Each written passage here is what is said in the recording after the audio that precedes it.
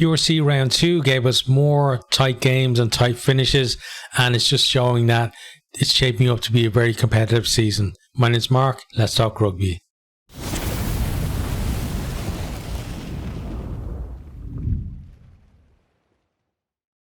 So URC round 2, we're going to start with the first game of the weekend. That was Ospreys 34, Zebre 31.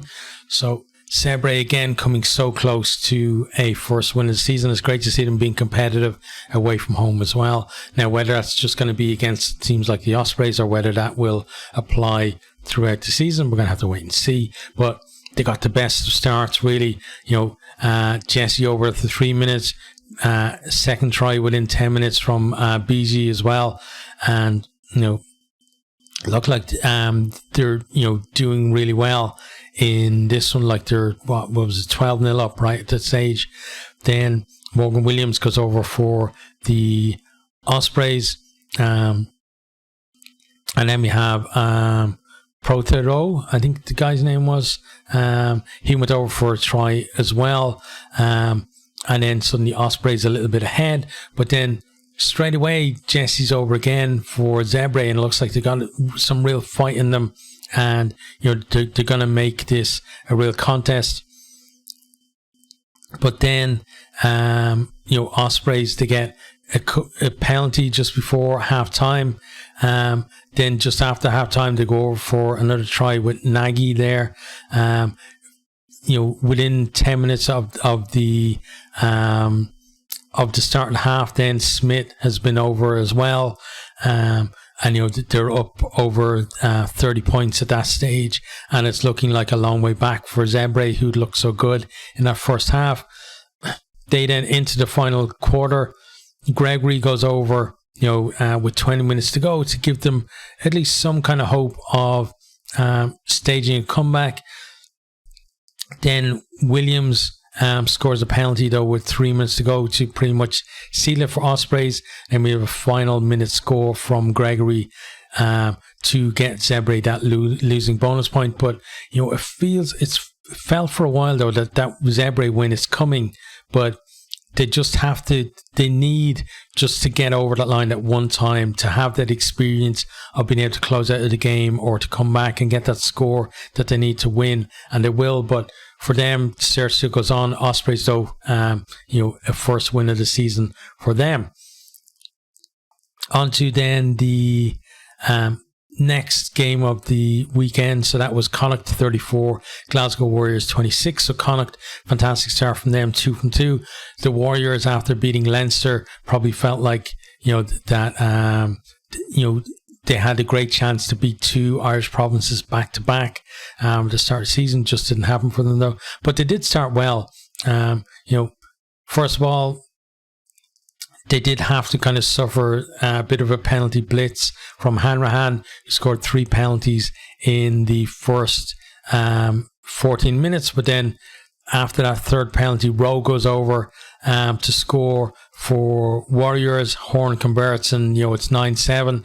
They're right in the game, and it felt like that was with Leinster. That was where Warriors then, when they fell behind, they were able to come back over the top and just keep on adding on the scores.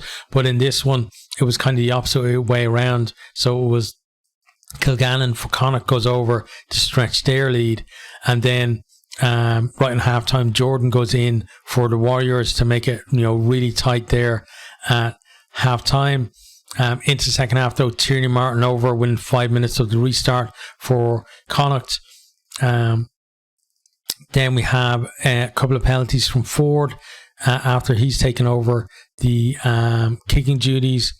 And then Kilgannon goes over for a try as well with 20 minutes to go. So it's looking like for Connacht, 20 minutes to go. They've got ample time maybe to push for a bonus point as a try, because they've had 3 so far, but they weren't able to get over for that. And it's actually Warriors that scored the final try of the game through Dobie. And not quite enough though for them, even with a conversion, to get that losing bonus point. But Glasgow are already showing, though, they're going to be a competitive team this year.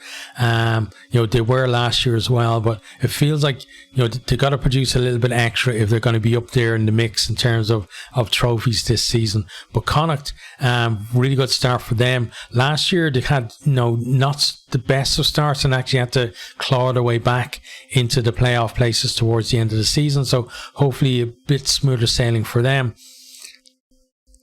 On to then the third game of the weekend. So that was Stormers 52, Scarlets 7. So Scarlets just getting destroyed back to back, really. Down in South Africa, they'll be glad to get home. So Unison, a couple of tries for him in the opening kind of 10, 12 minutes. And for me, he's my favourite South African player who isn't a regular Springbok. And I'm hoping that maybe this season he's going to, or basically next year, but this season, he's going to see some time in the Springbok jersey as well, because he's got those skills to be able to be that link man between backs and forwards, that I think that would really help the box. Now, it's so competitive in that back row that he's going to find it very hard to actually force his way in or even keep his place when the box come back into the Stormers team. But still, he is someone that I really like as a player. And it's great just to see, like, he's got that offloading ability. He's got a great pass on him, and he's a player who doesn't just like contact. He's evasive as well. He'll step to prolong a run rather than just crashing into somebody as well. So very smart player too. So he goes over for a couple of tries. Then Harley goes over on 16 minutes and it looks like, okay, Scarlets might actually make a game of this, but no. Stormers wrap up the bonus point try. They add on tries with the wet and Blummages, and they've got that like by 28 minutes. And then they add on 4 more tries, 1 more before halftime, 3 in the second half, and just completely blew Scarlets away. And Stormers, they were champions 2 years ago, got to the final last year as well, and they're showing again that you're going to have to, I think any team that wants to make the final, the Stormers are going to be standing in your way, and you're going to have to knock them over at some point, it feels like. Or if you want to win the trophy, you're going to have to beat them at some point. They're just so good in this league.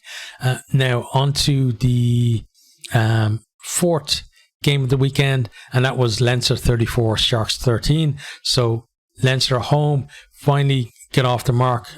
It's only the second round, but still, given last year like that, they won so many games in a row. But fast start in this one. Larmer scores within 4 minutes. Then Deegan over after 21 minutes. Kind of slow down a little bit then. Penalty from Byrne in that second half there, early second half. But then, like, Bosch scored a couple of penalties for the Sharks as well in that first half to kind of keep them in touch at least. They were never ahead, or they were ahead, after 1 minute. Like, that was the only time I think they were ahead in the game, right? First minute penalty to take the lead, but then Leinster hit back with a try, and from there I think Leinster were ahead for the rest of the game. Russell then goes over. Russell is someone who, I'd love to see him. He actually ended up with 2 tries in this one, but I'd love to see him getting a chance with Ireland, or even just more chances with Leinster in the likes of the Champions Cup, because he just gives you that little bit of freshness and competition in there in the centres, rather than, Henshaw and Ringrose are fantastic players, but still, I feel like Leinster's first team squad has been a little bit stale, and you need somebody to come in there and kind of just give them a bit of a boost and create that competition. And even if he's not starting every game, at least if he's getting some starts and just putting it up to those guys, I think it really would help his development, but also help Leinster as a team. But also O'Brien got over for a try as well in this one.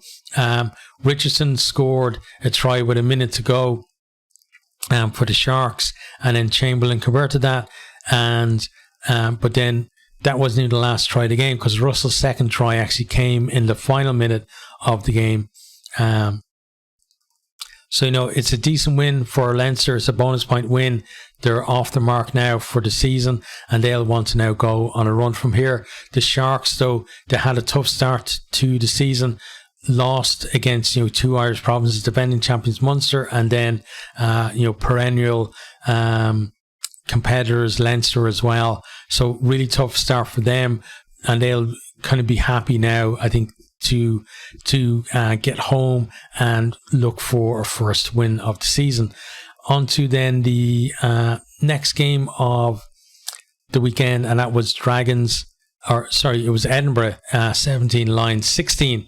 So Edinburgh 2 from 2 start of the season. They won against the Dragons last week in a tight game. They win against the Lions this week in a tight game. Lions kind of the opposite. They lost the Stormers last week in a tight game, and then lost this one as well. But it was Edinburgh opened the scoring. Crosby goes over for a try. Healy converts that one.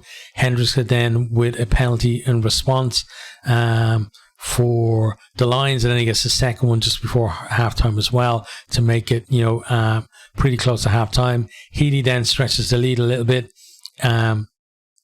right in the first minute of that second half. Then we have Horn going over for a try for the Lions, and that's converted by Hendricks, and that actually put the Lions ahead.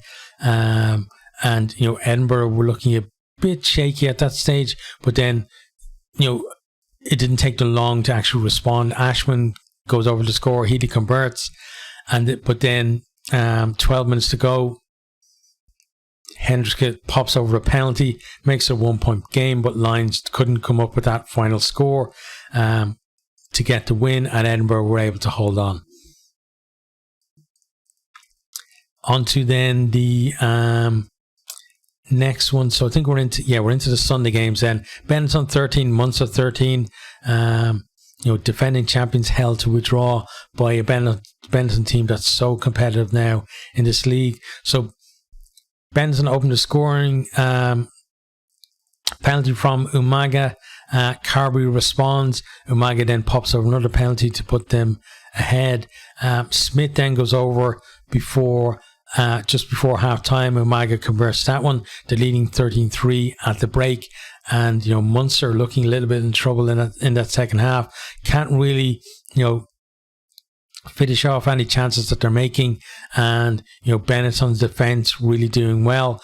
But Carby then, with 7 minutes to go, he pops over a penalty. Then Ahern, 1 minute to go, he goes over for a try. Carby converts to tie it up.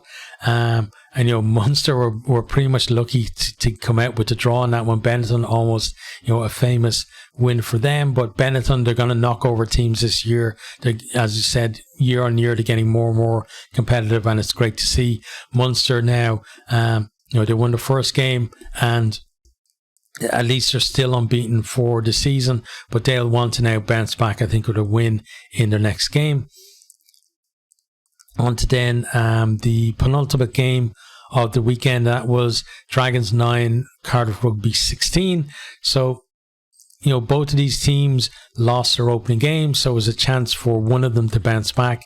And, it looked like early on it was actually going to be the Dragons, because they opened the scoring. O'Brien with a penalty. They're actually playing fairly well, but then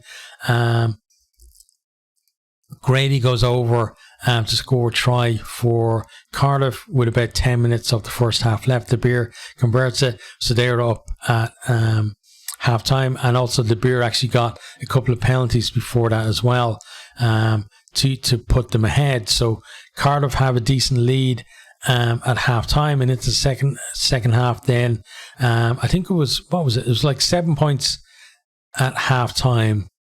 It was like 6 for the Dragons, 13, right, for Cardiff. Yeah, because there was only 2 penalties in that second half, I believe.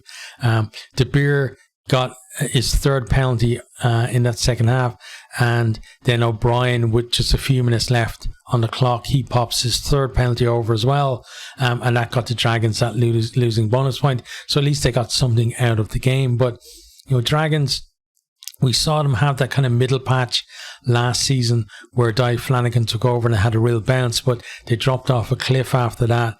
And if they don't kind of get something going soon, they're going to be down there towards the bottom of the table for most of the season, it feels like. On to then the final game of the weekend. It was Ulster 26 and Bulls 19. So in this one, Stewart over for a try after 9 minutes. Great start for Ulster. Doak converts this one as well.